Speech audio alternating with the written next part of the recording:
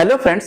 जब भी hormonal imbalance होता है तो ऐसे कंडीशन पे हमें पेट की एक सोनोग्राफी करने का एडवाइस मिलता है। और आपके भी पेट की सोनोग्राफी में अगर पॉलीसिस्टिक चेंजेस इस प्रकार का इंप्रेशन हो, इस प्रकार का रिजल्ट हो, तो उसका मतलब होता है पीसीओडी, यानी कि पॉलीसिस्टिक ओवेरियन डिसीज। तो ये डिसीज जब भी हमारे शरीर में होता है तो उसके पीछे क्या रीजंस होते हैं, उसके साइन एंड सिम्टम्स क्या होते हैं और इसके लिए हमें क्या ट्रीटमेंट अपनानी चाहिए, तो चलिए बात करते हैं आज के इस वीडियो।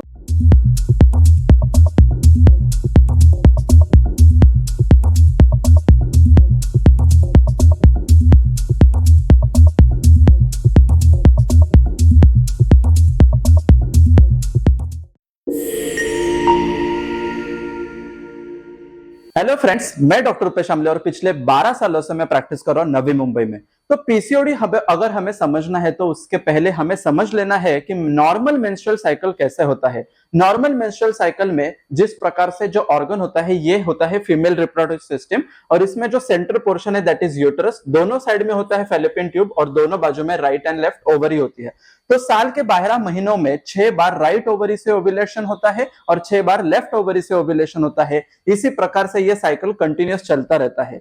जब भी मेंस्ट्रुअल साइकिल एक नॉर्मल मेंस्ट्रुअल साइकिल होता है तो उसको 3 फेजेस में डिवाइड किया जाता है। सबसे पहला जो फेज 5 दिन का होता है उसको ब्लीडिंग फेज कहा जाता है। उसके बाद 14 डेज का होता है फॉलिकुलर फेज और उसके बाद नेक्स्ट 14 डेज का होता है सिक्रेटरी फेज। इसमें से जो सबसे पहले 5 दिन का ब्लीडिंग फेज होता है उसके बाद 6th डे पे ब्रेन से एक हार्मोन निकलता है जिसका नाम होता है फॉलिकल स्टिमुलेटिंग हार्मोन, और ये हार्मोन हमारे ओवरीज के ऊपर एक्ट करता है जिससे कि वहां पर होने वाले जो इमैच्योर्ड फॉलिकल्स होते हैं वो मैच्योर होना चालू हो जाते हैं। जैसे ही वो फॉलिकल मैच्योर होना चालू होते हैं उनमें ईस्ट्रोजन नाम का हार्मोन सिक्रेट होता है, और यही ईस्ट्रोजन उस फीमेल में सेकेंडरी सेक्सुअल कैरेक्टर्स डेवलप करने में इंपॉर्टेंट रोल प्ले करता है। उस फीमेल्स की breast development, birds development, thighs development ये टोटली ईस्ट्रोजन के ऊपर ही डिपेंड होता है। जैसे जैसे वो फॉलिकल मैच्योर होते चला जाता है 14th डे पर वो ओव्यूलेशन के स्टेज पर पहुंच जाता है, उसके मैक्सिमम साइज वो अटेंड कर लेता है। और उसी टाइम पर ब्रेन से एक और हार्मोन निकलता है जिसका नाम होता है ल्यूटेनाइजिंग हार्मोन। ये ल्यूटेनाइजिंग हार्मोन ओवरीज के ऊपर जाके जो मैच्योर्ड फॉलिकल होता है उससे oocyte रिलीज करने का काम करता है, और इसी प्रोसेस को मेडिकल लैंग्वेज में कहा जाता है ओव्यूलेशन होना या रप्चर होना। जैसे वो फॉलिकल रप्चर हो जाता है तो वो फैलोपियन ट्यूब में चला जाता है और वहां पर 72 आवर्स के लिए वहां पर वो रुक जाता है। अगर इसी 72 आवर्स के दरमियान वहां पर स्पर्म आ जाता है तो उसी फॉलिकल के साथ फर्टिलाइजेशन हो जाता है और वो oocyte फर्टिलाइज होने के बाद 7 दिन के बाद इंप्लांटेशन के लिए यूटरस में चला जाता है। लेकिन अनमैरिड फीमेल्स में ये 72 आवर्स के बाद जो oocyte होता है उसका जो शेल होता है उसी शेल से प्रोजेस्टेरॉन नाम का हार्मोन निकलता है, और यही प्रोजेस्टेरॉन यूट्रस के अंदर की लाइनिंग बनाने का काम करता है जिसको एंडोमेट्रियम कहा जाता है या अपकमिंग फ्यूचर बेबी का बेड कहा जाता है। यह एंडोमेट्रियम तब तक बनता रहता है जब तक प्रोजेस्टेरॉन आपके शरीर में सीक्रेट होता ही रहता है। अगले 14 डेज तक ये oocyte जो होता है ये डिसिग्नेट हो जाता है और प्रोजेस्टेरॉन उनके शरीर में 0 हो जाता है। जब भी प्रोजेस्टेरॉन 0 हो जाता है तो पीरियड का 29th डे आता है और उसी के बाद मायोमेट्रियम में कॉन्ट्रैक्शन आकर नेक्स्ट साइकिल चालू हो जाता है। इसी प्रकार से नॉर्मल मेंस्ट्रुअल साइकिल का फ्लो होता ही रहता है। जिस प्रकार से इस साइकिल में राइट ओवरी से एग रिलीज हुआ था उसी प्रकार से लेफ्ट ओवरी से नेक्स्ट साइकिल में रिलीज होना चालू हो जाएगा, और ये कंटिन्यूअस प्रोसेस उस लेडीज के शरीर में चलती ही रहती है। जब भी उनके शरीर में पीसीओडी होता है तो क्या चेंजेस होते हैं? पीसीओडी होता है तो उस फीमेल के मेंस्ट्रुअल साइकिल में क्या चेंजेस आते हैं सबसे पहले वो समझ लेते हैं। इसी प्रकार से 5 दिन का जो ब्लीडिंग फेज था उसको होने के बाद 6ठे दिन पर एक फॉलिकल ने मैच्योर होने के जगह पर वहां पर 4 से 5 फॉलिकल मैच्योर होने के कंपटीशन स्टार्ट कर देते हैं। 4 से 5 फॉलिकल्स मैच्योर होने के वजह से उतना ही ज्यादा मात्रा में उनके शरीर में ईस्ट्रोजन भी बनने लगता है।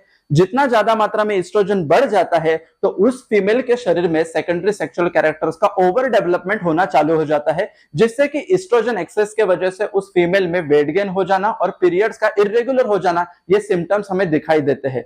जैसे जैसे फॉलिकल्स 14 डे पर मैच्योर हो जाते हैं तो वो कॉम्पीट करते हैं और हर फॉलिकल को मैच्योर होने का या रिलीज होने का इंडिकेशन मिलना चालू हो जाता है। ऐसे समय पर ब्रेन कंफ्यूज हो जाता है और ल्यूटिनाइजिंग हार्मोन रिलीज ही नहीं हो पाता, जिससे ओव्यूलेशन ही नहीं हो पाता, और ओव्यूलेशन ना होने की वजह से वो सारे इमैच्योर फॉलिकल्स सिस्ट में कन्वर्ट होना चालू हो जाते हैं। जैसे कि ओवरी में हर साइकिल में इमैच्योर फॉलिकल सिस्ट में कन्वर्ट होते ही चले जाते हैं। तो जैसे एक फॉलिकल अगर सिस्ट में कन्वर्ट होता है तो उसको सिंगल कहा जाता है, 2 होते हैं तो डबल कहा जाता है, 3 होते हैं तो ट्रिपल कहा जाता है। वैसे ही बहुत सारे सिस्ट अगर डेवलप होते हैं तो इसको मल्टीपल के आगे की स्टेज यानी पॉली कहा जाता है। सिस्ट डेवलप होते हैं इसीलिए सिस्ट, ओवरीज में होते हैं इसलिए ओवरी, और बीमारी का नाम है इसीलिए डिसीज, और इन सब के इनिशियल से बनता है पीसीओडी। इसी प्रकार से पीसीओडी में बहुत ज्यादा सिस्ट उस ओवरी में कलेक्ट होना चालू हो जाते हैं, जिसका नतीजा ये होता है कि ओवरीज की साइज बड़ी हुई दिखाई देती है। बेसिकली ओवरीज की नॉर्मल साइज होती है 3 to 4 सीसी, लेकिन अगर आप आपके सोनोग्राफी रिपोर्ट में देखोगे तो आपकी ओवरी की size more than 3 to 4 CC, जैसे कि हमने देखा है बहुत सारे पेशेंट्स में वो 5 सीसी, 10 सीसी, 15 सीसी, 20 सीसी तक बढ़ती चली जाती है, और यही कंडीशन होता है पीसीओडी। तो अभी तक आप समझ चुके होंगे कि पीसीओडी इन सिंप्लीफाइड फॉर्मेट क्या होता है, कि इसमें कलेक्शन ऑफ सिस्ट हो जाता है ओवरीज में, जिस वजह से ओवरीज की साइज बढ़ती हुई दिखाई देती है, और इसी पीसीओडी की वजह से आपके शरीर में हार्मोनल चेंजेस होते हैं, जिसका नतीजा होता है irregular menses, unexplained weight gain हो जाता है, हेयर फॉल होना चालू हो जाता है, चेहरे के ऊपर पिंपल्स आ जाते हैं, बॉडी के ऊपर स्ट्रेच मार्क्स बनना चालू हो जाते हैं, काफ मसल में पेन होता है, मूड स्विंग्स होता है, और इसी के साथ साथ सिस्टिक अपीयरेंस इन ओवरीज भी होते चला जाता है। एक नॉर्मल जो ओवरी होती है उसमें काफी अच्छे फॉलिकल्स होते हैं, लेकिन जो पीसीओडी वाली ओवरी होती है उसमें बहुत सारे सिस्ट का कलेक्शन होने की वजह से हेल्दी फॉलिकल्स को मैच्योर होने का इंडिकेशन अच्छी तरह से नहीं मिल पाता, और पूरी की पूरी हमारी रिप्रोडक्टिव सिस्टम जो होती है वो क्रैश हो जाती है, जिससे कि आपके प्रेगनेंसी के ऊपर और फर्टिलिटी के ऊपर भी काफी बुरा असर होता है। तो अभी तक हमने देखा कि पीसीओडी के एग्जैक्टली क्या चेंजेस हमारे शरीर में होते हैं और सोनोग्राफी रिपोर्ट को किस प्रकार से इंटरप्रिटेट करना चाहिए। तो पीसीओडी के लिए अगर आप आयुर्वेदिक मैनेजमेंट जानना चाहते हो तो बने रहिए हमारे चैनल पर। इसी प्रकार से पीसीओडी के रिलेटेड बहुत सारे वीडियो चैनल पर आने वाले हैं। ये वीडियो अच्छा लगा तो आपके दोस्त परिवारों में जरूर शेयर करना। ऐसे ही नॉलेजेबल और इन्फॉर्मेटिव वीडियोस के लिए मेरे चैनल को सब्सक्राइब करना, बेल बटन दबाना मत भूलना। ऐसे ही हमारा पेज इंस्टाग्राम पर भी है, डॉक्टर आम्ल रूपेश नाम से, आप वहां पर भी मुझे फॉलो कर सकते हो। निरोगी सेहत का वादा करता है दुर्वा आयुर्वेदा। मिलते हैं ऐसे ही नॉलेजेबल और इन्फॉर्मेटिव वीडियो के साथ अगले वीडियो में, तब तक के लिए धन्यवाद, थैंक यू सो मच।